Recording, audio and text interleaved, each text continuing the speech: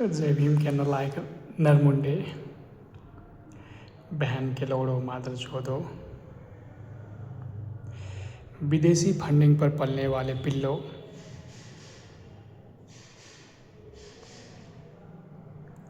गरीब मजदूर और मजबूरों के खून चूसने वाले खटमलों। आज मैं तुम्हें बताता हूँ, जब मेरी एमसीडी टोल प्लाजा वाले से पंगा हुई थी तो सारे एमसीडी वाले हमें घेर लिया था। मैंने साफ बोला, आपको मेरी बात समझ में नहीं आएगी, मैं 112 को कॉल करता हूँ। उनके आगे आप भी अपनी बात रखना और मैं भी अपनी बात रखूँगा। जो बात सही होगी उसका पालन किया जाएगा। उस दिन मैंने 3 बार 112 पे कॉल किया। पहली बार में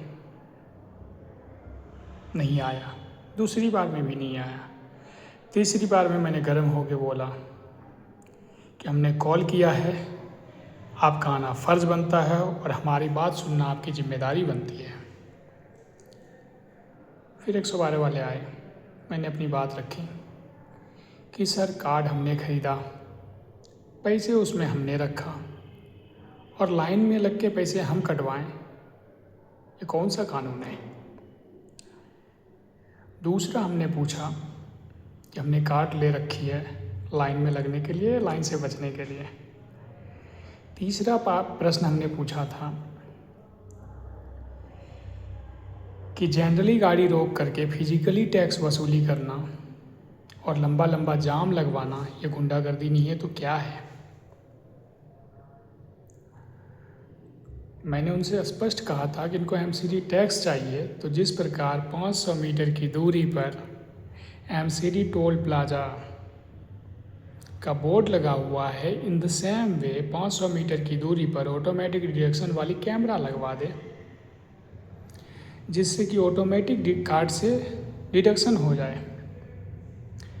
बाय द वे किसी का पैसा नहीं कटता है या कार्ड में पैसे नहीं होता है, तब उसको रोके और पेनाल्टी ठोके तब तो समझ में आता है। लेकिन इनका सिस्टम कार्ड में पैसे रहे तो भी और ना रहे तो भी, लाइन से आने के बाद कार्ड में पैसे रहने के बाद 100 रुपया, नहीं रहने के बाद 200 रुपया, और अगर लाइन से नहीं आए तो कार्ड में पैसे रहे तो भी और ना रहे तो भी 500 रुपया पेनाल्टी लेता है। तो मैं जानना चाहता हूँ कि इनके द्वारा जो लोग परेशान होते हैं, जिनके बस, ट्रेन, फ्लाइट आदि मिस होते हैं, हॉस्पिटल, ऑफिस आदि जगहों पर पहुंचने में विलंब उत्पन्न करते हैं, ये लोग पब्लिक को परेशान करने के जुर्म में इन पर भी उचित और सख्त पेनाल्टी लगाया जाए। हमने ये सारी बातें 112 वाले को सुनाया, पर उन्होंने इस पर कोई रिस्पॉन्स नहीं लिया और साफ बोला वो भी सरकारी आदमी और मैं भी सरकारी आदमी हूँ, इसलिए मैं इसमें कुछ नहीं कर सकता। मेरी तमाम बातों को सुनने के बाद उन्होंने कंप्रोमाइज़ करवा के हमें वहाँ से फ्री करवा दिया।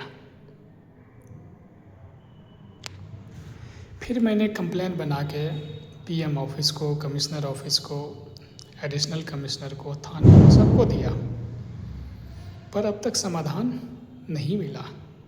यही है तुम्हारा संविधान गांडू साहब का। जय भीम के दल्ले, तुमने मेरे बारे में बिहार पुलिस को टैग किया, यूपी पुलिस को टैग किया, दिल्ली पुलिस को टैग किया, लेकिन अब तक मेरे पास एक एफआईआर की कॉपी तक नहीं मिला।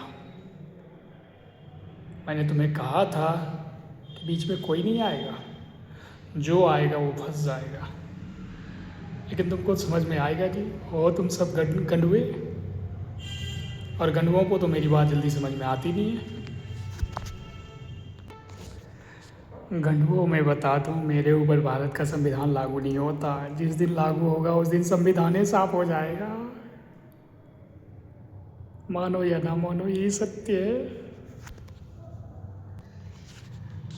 गंडुओं कहते हैं कहते हैं कि genius is more often found in a cracked pot than in a whole one. तुम तो इसे समझोगे नहीं, और हम क्रैक्ड पॉट हैं। और हाँ, हे हिंदवासियों, मैंने यूजीसी और आरक्षण के खिलाफ अब तक कुछ नहीं कहा है, क्योंकि हमें उससे कोई फ़र्क नहीं पड़ना। हम तो संविधान बदलवा देंगे, इनकी सिस्टम बदलवा देंगे। और अभी तक आपने जो देखा और सुना है, ये तो सिर्फ एक कास्टिंग है, फिल्म अभी बाकी है। बस फिल्म का इंतज़ार कीजिए, क्योंकि फिल्म आने में भी थोड़ा टाइम लगेगा, क्योंकि कसम कलम और कदम बड़ी सोच समझ के उठाया जाता है, इसलिए वेट करना है थोड़ा। बाकी आप लोगों को तहे दिल से और पवित्र आत्माओं की अनंत गहराइयों से नमन भी है और निवेदन भी है कि वीडियो हर एक आम आदमी तक शेयर कर दीजिए। जितना ज़्यादा आप शेयर कीजिएगा, उतना ज़्यादा मंत्रालय हिलेगा। और देखते जाइए, कहीं पे निगाहें, कहीं पे निशाना।